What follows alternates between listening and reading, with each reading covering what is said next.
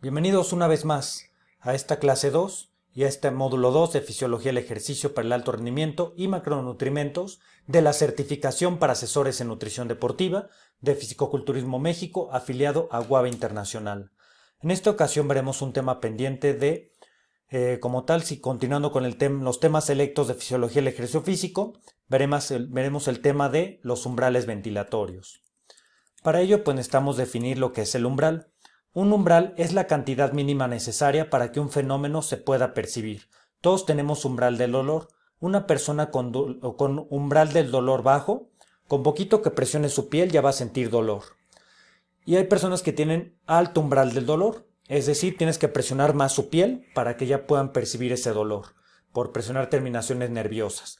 Así como tenemos todos diferentes umbrales de dolor, también todos tenemos diferentes umbrales ventilatorios. Tenemos para ello que el umbral en inglés se llama threshold. Necesitamos identificar dos umbrales, el umbral 1 y el umbral 2. Al umbral 1 le llamamos umbral aeróbico y al umbral 2 le llamamos umbral anaeróbico. Ventilatory Threshold 1 y el Ventilatory Threshold 2. Vamos a identificarlos. Esto nos va a funcionar muy bien para identificar tres zonas, zona 1, zona 2 y zona 3. La zona 1 es aeróbica, zona 2 es aeróbico anaeróbico y zona 3 es zona meramente anaeróbico. El Fatmax se va a encontrar aquí en la zona 2, entre lo aeróbico y anaeróbico. Lógicamente una persona va a oxidar más lípidos aquí en reposo o a muy baja intensidad va a oxidar lípidos, pero para que oxide buena cantidad de lípido tendrá que estar más de 2 horas aquí en zona regenerativa. Aquí en zona intermedia entre aeróbico y anaeróbico se oxidan lípidos y carbohidratos por igual, pero se oxidan muy buena cantidad de lípidos. Puedes estar menos tiempo, 40 minutos en la Fatmax, y en esos 40 minutos utilizarás muy buena cantidad de lípidos. Y aquí utilizamos meramente carbohidratos, lípidos con carbohidratos y meramente carbohidratos. Por eso necesitamos identificar las fases en la persona, el modelo trifásico de Skinner. Mientras que para una persona su BT1 está acá, para otra persona su BT1 puede estar hasta acá o hasta acá. Y en esta persona, en este paciente, el BT2 está aquí, pero podría estar acá o acá, desplazado, y con ello pues diferentes frecuencias cardíacas para manejar estas zonas. Mientras que con una cierta frecuencia cardíaca una persona maneja fase 1, una persona requerirá una frecuencia cardíaca mayor para abarcar la fase 1 hasta acá. Entonces, todas las personas tenemos desplazados nuestros umbrales y por eso hay que identificarlos mediante pruebas de esfuerzo. Muy bien, justamente pues tenemos aquí zona aeróbico fase 1, la fase 2 es transición aeróbico-anaeróbico y zona 3 es inestabilidad metabólico, zona anaeróbica. En la fase 2 se produce el estado estable de lactato MLSS, estado estable de lactato. También tenemos, que el lactato no se dispara exponencialmente. Aquí todavía mantienes niveles bajos de lactato. El lactato es un subproducto de la glucólisis, ya lo veremos en módulo 4. Es un producto que te puede generar energía, ya no es de desecho, sino que te puede generar un poquito más de energía. Antes decían que era un producto de desecho porque es lo último que produces en una ruta metabólica que se llama glucólisis. Ya el lactato lo veremos con más detalle en módulo 4. Pero el lactato en altas cantidades significa que estás teniendo mucho trabajo físico, un desgaste muscular sobre todo. Entonces aquí tienes en fase 2 una estabilidad de lactato, pero ya el OBLA significa que ya empiezas a disparar ese lactato ya para irse a la zona 3, que utilizas meramente carbohidratos. OBLA significa Onset Blood Lactate Accumulation, acumulación de lactato en sangre. Muy bien, para ello, ¿cómo identificamos el BT1? El BT1 se identifica en la parte más inferior de la gráfica del oxígeno. Aquí en azul tengo la gráfica del oxígeno. Cuando el oxígeno alcanza su punto más inferior y ya no tiene mayor punto inferior sino que empieza a subir, aquí trazamos el BT1. Gráfica oxígeno alcanza su punto más bajo. Y el BT2 se va a trazar en la intersección entre oxígeno y dióxido de carbono. El oxígeno lo tenemos abajo, en azul, y el dióxido de carbono lo tenemos en rojo arriba. Cuando se interponen y el oxígeno estar abajo pasa a estar arriba, y el dióxido de carbono estar arriba pasa a estar abajo, cuando se interponen trazamos aquí el umbral BT2, el umbral anaeróbico. Hay otra manera que apenas quieren validarla. Hay apenas maestros, candidatos de maestría y doctorado en fisiología del ejercicio que quieren validar una nueva técnica pero no lo han logrado. Ellos nos dicen que a través de las presiones de oxígeno y presión del dióxido de carbono, ahora dióxido de carbono en presión abajo y presión de oxígeno arriba, cuando se interponen y hacen este cruzamiento donde ahora oxígeno va para abajo y dióxido de carbono para arriba, Harían esto, oxígeno abajo, dióxido de carbono arriba, y al hacer esto generan un cuello de botella. Supuestamente donde se genera ese cuello de botella podría ser un indicador de el umbral anaeróbico. Entonces teóricamente esto en azul bajaría por acá y esto rojo subiría por acá. Pero aún no se validó este método porque tienen ahí algunas cuestiones desplazadas. Entonces hasta ahorita el umbral aeróbico solamente se traza así por el oxígeno más inferior y el dióxido de carbono se puede trazar cuando se intersectan oxígeno y dióxido de carbono, o bien el umbral anaeróbico se puede trazar cuando el lactato se dispara exponencialmente. El umbral anaeróbico lo podríamos ver aquí. El aeróbico está bien, ¿no? Lo vemos adecuadamente el aeróbico en la parte más inferior de la gráfica del oxígeno. El umbral anaeróbico, por lo tanto, podríamos haberlo trazado aquí, cuando dióxido de carbono y oxígeno se interponen. Pero ellos lo trazaron acá, porque teniendo en cuenta que si esto fuese lactato, esto es otra cuestión, pero si fuese lactato, el lactato se mantiene aquí estable, se va aumentando poco a poco, pero en cuanto el lactato ya se dispara exponencialmente, ahí es un indicador de que también ya empezamos en fase 3, anaeróbica, meramente uso de carbohidratos. Por eso es importante hacer una prueba de esfuerzo para identificar con qué frecuencia cardíaca o con qué porcentaje del volumen máximo de oxígeno una persona se encuentra en fase 1 para regenerativo, fase 2 para trabajar oxidación de lípidos, potencia aeróbica, y fase 3 meramente trabajar velocidad, fuerza muscular, trabajo anaeróbico. Tenemos también 5 áreas regenerativas, les coloco 4. Un área regenerativa meramente, son áreas funcionales, tenemos 5, les coloco 4. Un área funcional se llama regenerativa, produce solo 0 a 2 milimoles de lactato por litro. Muy poquito lactato porque no hay desgaste muscular. Puedes estar un 50-60% de tu consumo máximo de oxígeno, puedes estar 25 minutos, puedes estar horas, pero lo importante es solo hacerlo 25 minutos para regenerativo y vas a utilizar sobre todo lípidos.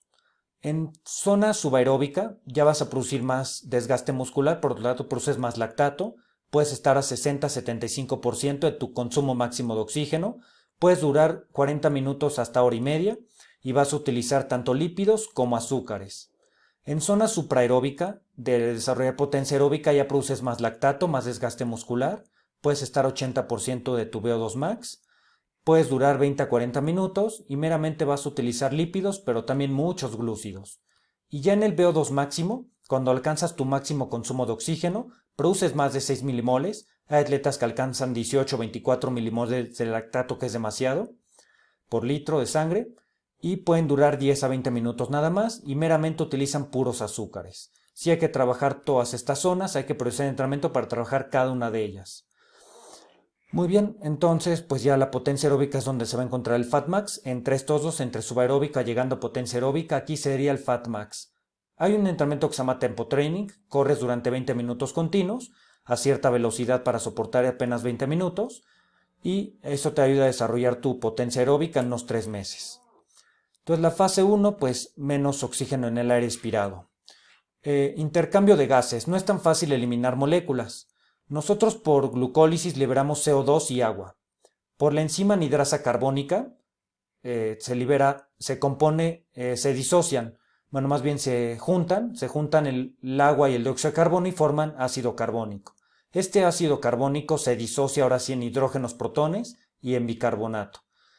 Parte del bicarbonato y hidrógeno se vuelven a juntar, se juntan ahora en ácido carbónico nuevamente, pero ya en los pulmones, y este ácido carbónico se disocia en dióxido de carbono y agua, el agua por linfa se elimina en orina y el dióxido de carbono se elimina por exhalación.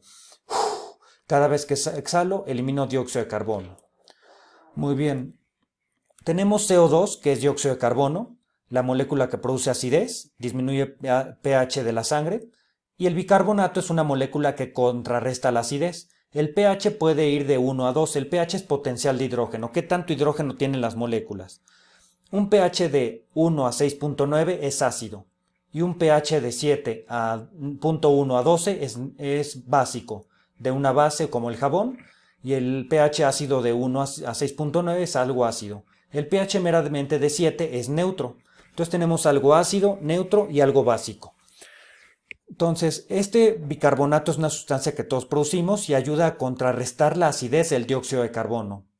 Si una persona, mujeres u hombres, tienen bajos niveles de dióxido de carbono, desarrollan alcalosis respiratoria. Y si tienen niveles muy elevados de dióxido de carbono, tienen acidosis respiratoria. Hablando de la molécula amortiguadora bicarbonato, si mujeres u hombres tienen bajos niveles de bicarbonato tendrán acidosis metabólica, y si tienen altos niveles de bicarbonato tendrán alcalosis metabólica. La acidosis respiratoria conlleva signos de cefalea, somnolencia, agitación, asterixis, dolores de cabeza, sueño, agitación y asterixis, que son igual movimientos como temblores.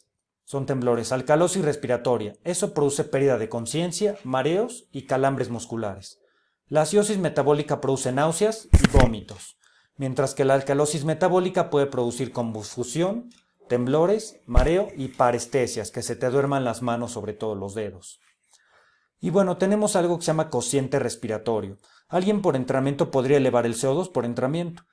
Prácticamente si llega al hospital, en el hospital le darían bicarbonato para amortiguar la acidez. Entonces por eso menciono todo esto. Cuando una persona sobre todo pierde glúcidos, hipoglucemia y puede que también tenga cierta acidez, pues sí va a producir sobre todo pues estos signos clínicos. Signos es lo que evaluamos y síntomas es lo que refiere el paciente. Tenemos algo que se llama cociente respiratorio. El cociente es una división. En este caso dividimos dióxido de carbono entre oxígeno. Dióxido de carbono es relación de carbohidratos y oxígeno relaciona con el uso de lípidos, de grasas. Entonces el cociente respiratorio es dividir dióxido de carbono entre el oxígeno. Ejemplo, en una prueba de esfuerzo, en el minuto 11, un paciente tuvo esto de dióxido de carbono y esto de oxígeno. Esto entre esto me da 0.79. Este punto 79 lo voy a ubicar en esta tablita de Sundt. Lo ubico y resulta que esta persona, este paciente, está utilizando 4.788 kilocalorías por cada litro de oxígeno consumido. Entonces, igual lo que tenemos que hacer es evaluar la prueba de esfuerzo y, por ejemplo, en minuto 12, en minuto 13, el paciente ahora tuvo cociente respiratorio de 0.8. El 0.8 lo ubico en esta tabla de Sundt y resulta que el paciente ahora está utilizando 4.801 kilocalorías por cada, en este minuto 13, por cada litro de oxígeno consumido. Yo podría sumar, si el deportista llega al minuto 16, yo puedo sumar las kilocalorías de minuto 1, 2, 3 hasta el 16 y saber cuánta energía utilizó en la prueba. Y así saber que cuando está a cierta intensidad va a estar utilizando esta cantidad de kilocalorías por litro de oxígeno.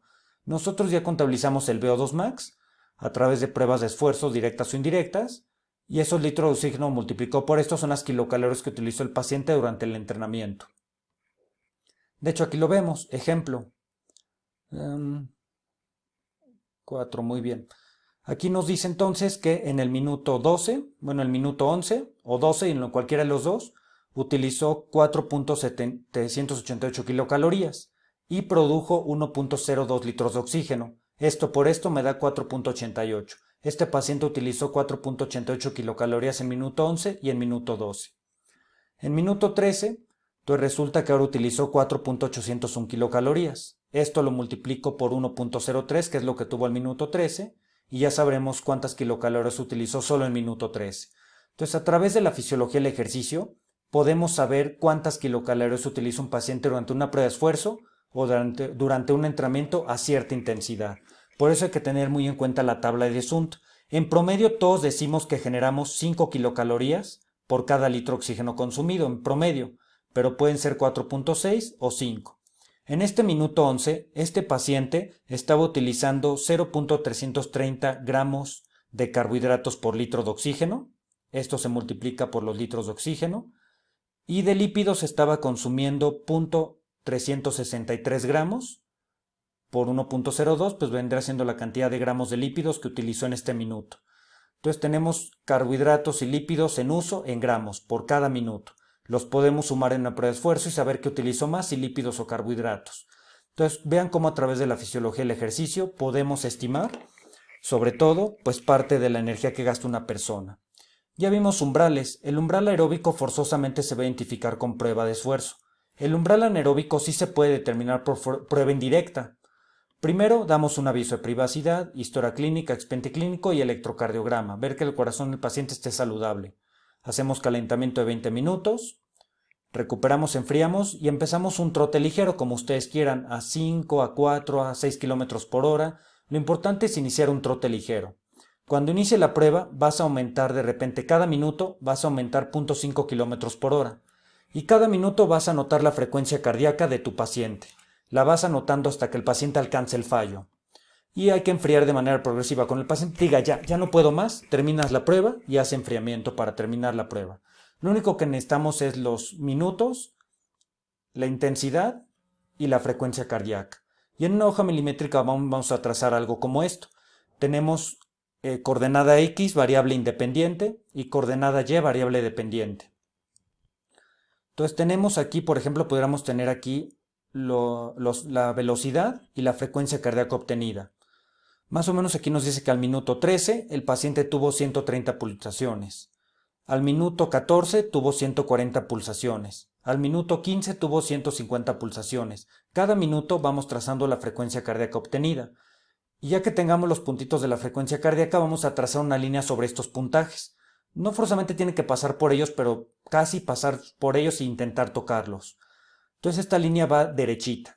Y luego trazo una línea que vaya ahora por estos puntos que se desviaron. Trazo una línea por estos puntos. Voy a tener dos líneas, una acá y otra acá. Donde se intersecten las líneas que quedará por aquí, aquí se menciona que alcanzó 190. Esta persona su umbral anaeróbico lo alcanzó los 190 pulsaciones. Entonces sí podemos determinar umbral anaeróbico mediante prueba de Conconi, que es una prueba indirecta que pueden hacer en caminadora. Les muestro una revisión sistemática donde comparan diferentes métodos para estimar el umbral anaeróbico por pruebas indirectas. Todas las pruebas tuvieron muy buena correlación, así que todas funcionan bien. Funcionó más la de 30 minutos, pero todas funcionan muy bien. Y bueno, pues tienen buenas correlaciones de 0.1 a 0.999 al correlacionar prueba de esas pruebas indirectas contra prueba directa para determinar umbral anaeróbico. Esta prueba de Conconi está validada en otras pruebas como natación y ciclismo, así que vale la pena utilizarla. Como conclusiones, la famosa zona de oxidación de lípidos, el FatMax, no posee un parámetro fijo establecido de la frecuencia cardíaca, ni el porcentaje de la frecuencia cardíaca máxima teórica. Es un parámetro individual que debe medirse a través de la prueba de esfuerzo que se realiza solo por médicos del deporte. El entrenamiento deportivo debe ir ligado a la nutrición deportiva a través de la fisiología del ejercicio físico. Las pruebas físicas indirectas para estimar parámetros fisiológicos se indican para pacientes saludables y previamente evaluados por un médico. Estas pruebas indirectas conllevan de un buen conocimiento previo y siempre hay que elaborar con ética, profesionalismo y responsabilidad. Ustedes como asesores en nutrición deportiva deben conocer bases de la fisiología del esfuerzo físico para poder brindar una adecuada orientación a los asesorados. Sean el asesor nutricional deportivo que quisieran tener para ustedes mismos. Mucho éxito en su certificación.